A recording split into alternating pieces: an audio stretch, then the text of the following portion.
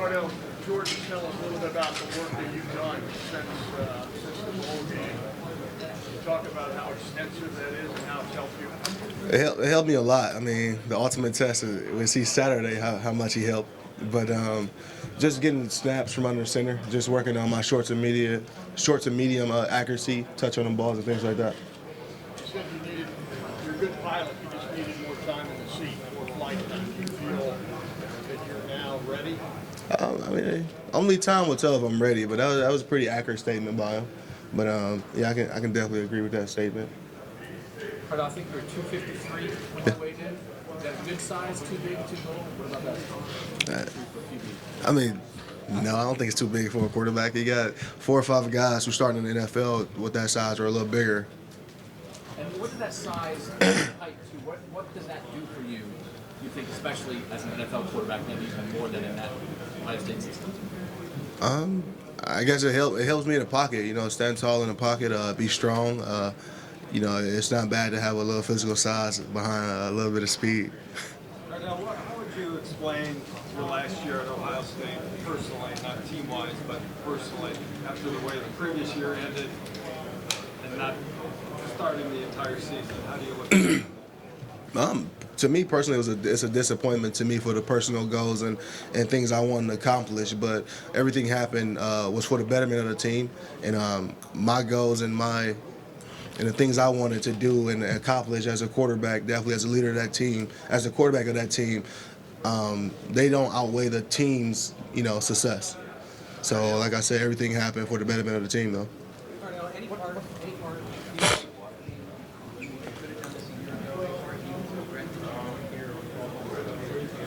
Of course not. Cardale, what's the one thing that makes you most a pro ready? That most makes you pro ready? Repeat that. The one thing that most makes you pro ready for the Astros? I think the experience that I gained this past year, the size, the ability, and my knowledge of the game, and my smarts. I don't think I get a lot of credit for how cerebral I am when it comes to being the quarterback. So I think at that level, I think I'm ready for that level, and only like I said before, only time will tell. What do you have to work on the most? Physically or mentally? Definitely mentally. When you get in that system and learning that playbook and winning that team is not just trust but that confidence in you. And when I say the team, I mean the players and the organizations and definitely the fans as well. So diving right into that playbook and 'cause I don't think the physical ability is there. I mean, I don't think the physical ability is an issue. Cardale, we know what you're like on Twitter. Do NFL teams ask you about that, or do they care about that at all? I had a couple of questions about it. I mean, really only had a couple of tweets that I shouldn't probably tweeted when I was younger, but I haven't really had my formal meetings with teams yet. That all happens tonight. Why couldn't you do this last year? You said before you were ready. Because it's just experience. Last year I was coming off 3 games playing. I mean, probably a total of maybe less than 200 snaps in my college career at that point. Tulsa wide receiver Kiaris Garrett, table 5. Tulsa wide receiver Kiaris Garrett, table 5. Some people think playing in your hometown would present a new set of obstacles that you shouldn't face. How do you feel the prospect of even ending up in Cleveland? What obstacles are they talking about? The pressures of having family and friends constantly surrounding you, distracting you from your job. I have more. Not you personally. Yeah, I get what you're saying, but I have more family and friends in Columbus, than in Cleveland, because of my teammates, the guys I, was with for the last 3 or 4 years. But I don't think playing it. I think every city you go and play is going to have its own obstacles, but I don't think it's a pro or a con to play in Cleveland. I mean, I want to play for a great organization, and as long as I have the right mindset, I mean, I don't think nothing really will distract me on and off the field. Cardale, what's the biggest lesson you took playing together with 2 other very talented quarterbacks? What's the biggest lesson you learned together as a trio?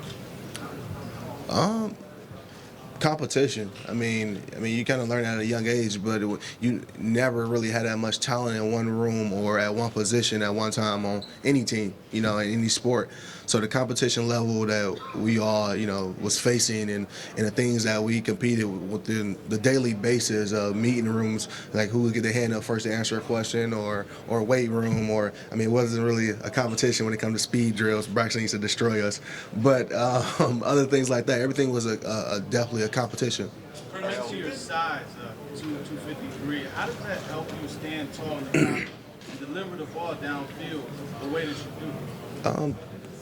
I think I mean the size I think it has a significant part on it, but I think my confidence really allowed me to do things like that because we got guys who are much smaller than me doing things that just as well, standing in the pocket, delivering the ball downfield. But I think it's going to be helpful for me to hopefully shake through arm tackles and keep going when guys are trying to drag me down or with one arm, so things like that. Cardale, what did you learn most from getting benched this year?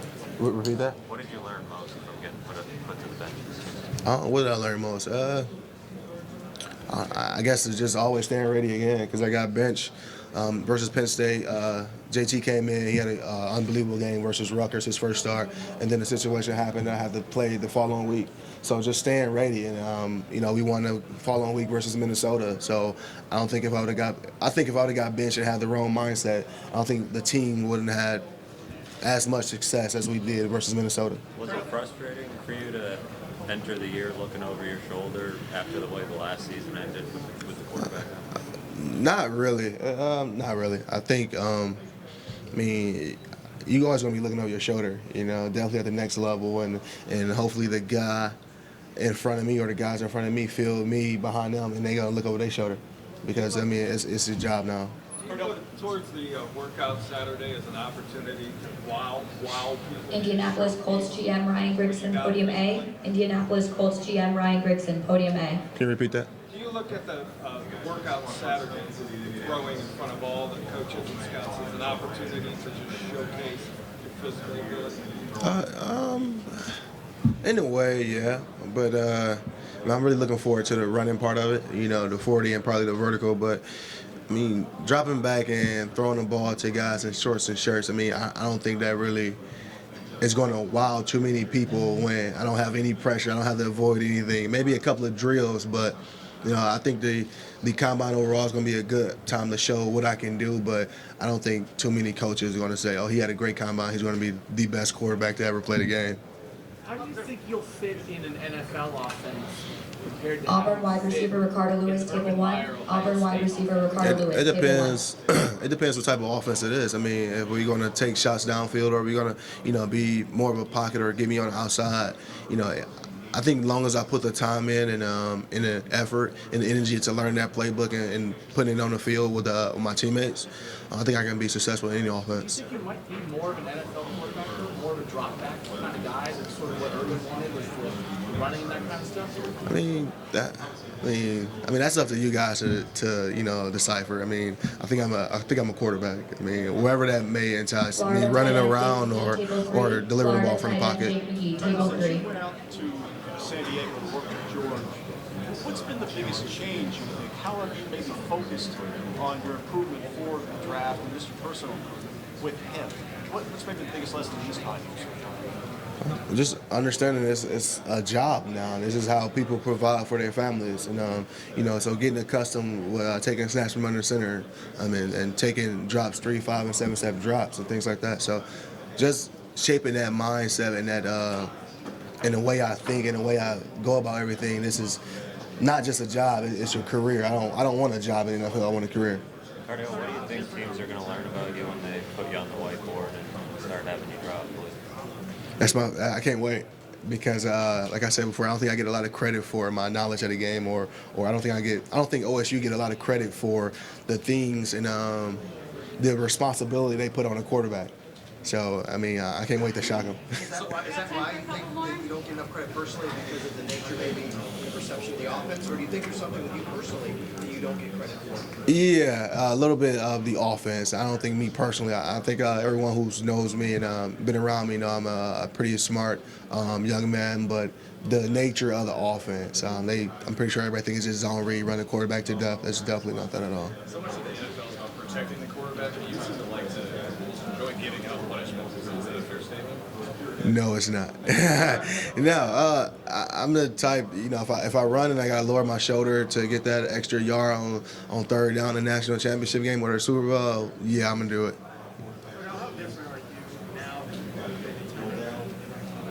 than Just being more experienced. Just being that year helped me get helped me with a little more maturity things, being faced with different obstacles during the season and things like that. So I think this year going back to school definitely did me well. Cardale, Braxton Miller said that he thinks he was a first-round pick. Do you think that you have a chance to be a first-round pick? I mean, everyone gonna tell you, yeah. I mean, of course, I think that, but my goal is to get my foot in the door, and then let my preparation, let my play, and let my leadership, take it from there. So that's more important than being a first-round pick, getting that opportunity to foot in the door? Yeah, definitely. The opportunity is definitely way more important than being any pick. This is a big opportunity. Obviously, it's kind of put it on but you're kind of a playful guy, character. You had fun in college. How important is that side of you to show to these NFL players while you're here? How important is that for you to show that? I mean, I didn't wake up today to say I'm gonna show these guys that I can be serious or playful. I'm gonna show these guys who I am. I'm pretty sure it's a lot of negative stereotypes on me or things people may project. Think I am or things like that. But I feel like the way I am and the things I get done. As long as I'm not killing anyone or committing any major crimes, I don't think it's a problem with it. So you think like people think you're a goofball or something? Probably so, but people don't see the 90 plus hours a week I put in to perform on the weekends. Table 4. Cardale, will you be accepting the band rematch? Yeah. Whoever wants some.